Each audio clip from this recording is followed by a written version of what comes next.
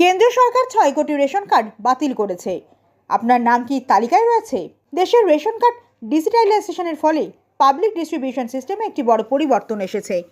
আধার এবং কেওয়াইসি সিস্টেমের মাধ্যমে যাচাইয়ের পর 5,80,00,000-এর বেশি রেশন কার্ড ফৌজি হিসেবে চিহ্নিত হয়েছে, যা সরকার বাতিল করেছে। এর ফলে বিতরণ ব্যবস্থায় অস্থিরতা কমেছে এবং প্রকৃত উপকারভোগীর সংখ্যা বৃদ্ধি পেতে সাহায্য করেছে। বর্তমানে কেন্দ্রীয় সরকার 20.4 কোটি রেশন কার্ডের মাধ্যমে দেশের 80 কোটি 60 লাখ মানুষের মধ্যে ফ্রি রেশন বিতরণ করছে, যার মধ্যে 99.80% রেশন কার্ড আধারের সঙ্গে সংযুক্ত হয়েছে। সারা দেশে 5.33 lakh electronic point of sale ডিভাইসের মাধ্যমে সঠিক মূল্যে দোকানগুলো থেকে খাদ্য সামগ্রী বিতরণ করা হচ্ছে। রেশন কার্ড ডিজিটালাইজেশন এবং আধারের সাথে লিঙ্ক করার ফলে অনুলিপির সম্ভাবনা প্রায় নির্মূল হয়ে গিয়েছে। One nation one ration card প্রকল্পের মাধ্যমে দেশের যে কোনো অংশ থেকে জাতীয় খাদ্য সুরক্ষা আইন অনুযায়ী 80.6 কোটি উপকারভোগী একই রেশন কার্ডের মাধ্যমে খাদ্য পেতে সক্ষম।